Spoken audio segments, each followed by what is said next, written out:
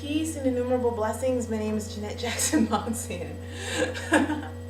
Welcome to my suggestions for your Aquarius new moon yoga practice. So, depending on where you are in the world, either the 13th or the 14th, you will get to experience the magic that is the Aquarius new moon. Now, new moons are generally all about setting intentions, but I feel like this new moon is more like a full moon in terms of making sure you have an experience intense enough or are able to gather enough information so you're able to set goals and move forward on the subsequent full moon in Virgo that happens on the 28th. The energy of Aquarius is the energy of a good friend that understands you and appreciates you with all your weirdness. The goal or the lesson or the seed of this new moon is very much about understanding that whatever we have, whatever we're going through, whatever is in the moment is necessary for our growth, our evolution, and it's very much what we need to transform ourselves and our lives. So with that being said, before I even get into suggestions for your practice, I'm going to say, no matter where you are in your practice, be thankful for where you are and understand the value of being in that space in your practice, because no matter what kind of yoga practice you have, where you are today leads to being somewhere different tomorrow. And it's very much kind of like building the foundation of your house. So you want to make sure where you are in the moment is very strong and stable and you're fully present. And you also want to honor your path and journey. A good friend and yoga teacher, Tizima at Shakti or Flow in Washington, D.C., depending on which day you catch her, Tizima Davis, said to me, it's better to wobble in a variation, it's better to be in a variation and be very strong and sure of where you are than to get into the fullness of a pose and then just wobble and fall and hurt yourself or just wobble. So even if you find yourself practicing very like gently and not necessarily like kicking up into craziness, that's fine, because where you are is building a strength and foundation to go into craziness or just be more fully where you are. So just honor whatever process you're in right now. All right. So that was really the first suggestion I had for you. The second suggestion is, if you work with the mantra for this new moon is Om Shri Shaneshwaraya Namaha. Om Shri Shaneshwaraya Namaha. Om Shri Shaneshwaraya Namaha. 108 times, don't forget 108 times a day until we hit the Virgo full moon on the 28th. Asana wise, since I've been talking about honoring where you're at and kind of the enjoying the building blocks of yoga, I wanted to explore the building blocks of the pose handstand. Why handstand? Because inversions are really good for helping you transform yourself, and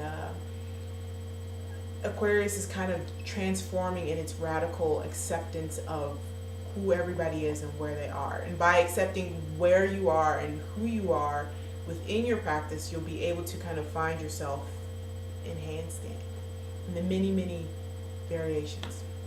So the first pose we're going to start with is, I guess, the mother of all poses, Tadasana. And I'm basically going to focus on the legs and feet in Tadasana. All right? So you're looking at my legs. You can see my feet. So I'll just kind of put this up here. So starting with your feet, you want to make sure your feet are hip width apart. If possible, lift and spread the toes, because that helps you lift the arches. And as the arches lift, it's easier to feel the four corners of your feet.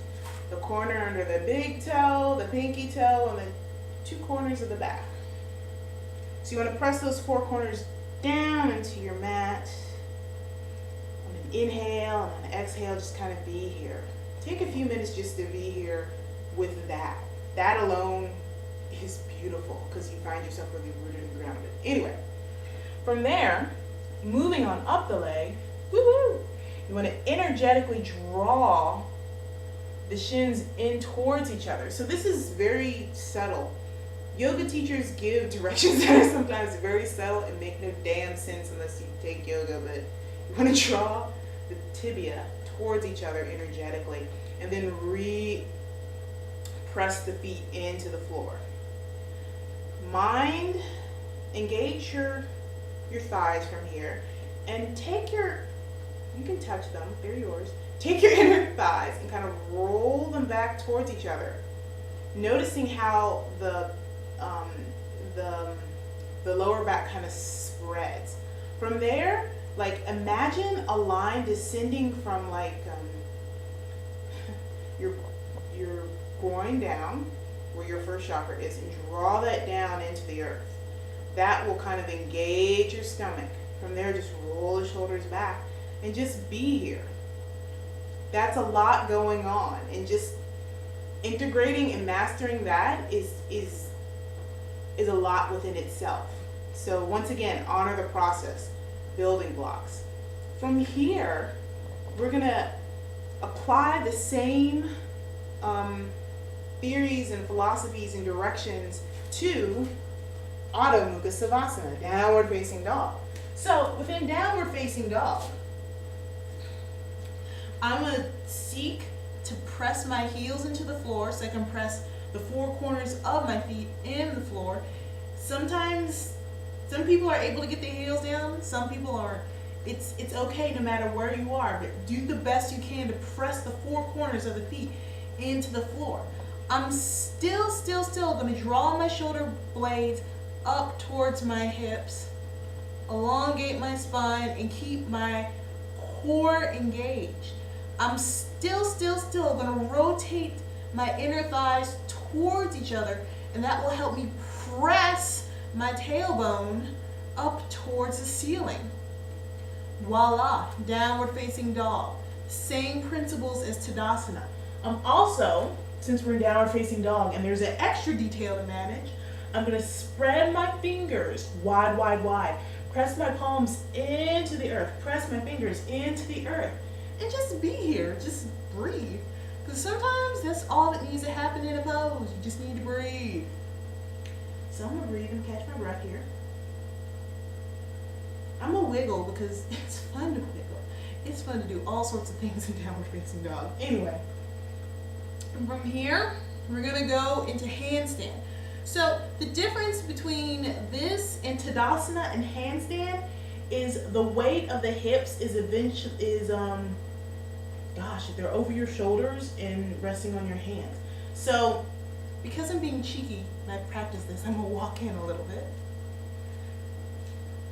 And I'm going to focus on lifting one leg. But since I'm drawing the inner thighs towards each other, as one leg goes up, the other one will go up. Hopefully. And from here, same things apply.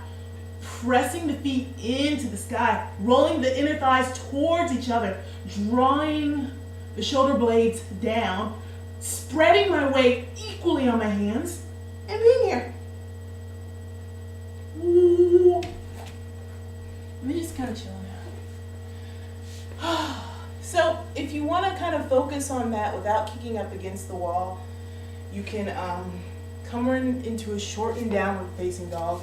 Your heels, see my heels? They're up against the wall. And you're pressing up and you're walking your feet up the wall. And then extending the legs and playing with how it feels to keep the hips over the hands. That's another suggestion. Or you can just see what it feels like to kick up in the middle of the room. So knowing that each pose will build on top of the other pose, Tadasana on top of Adho Mukha Savasana, and lead you into handstand. So that's that. Thank you so much for watching, and I will see you for the Virgo full moon in 2 weeks. Stay blessed. Peace.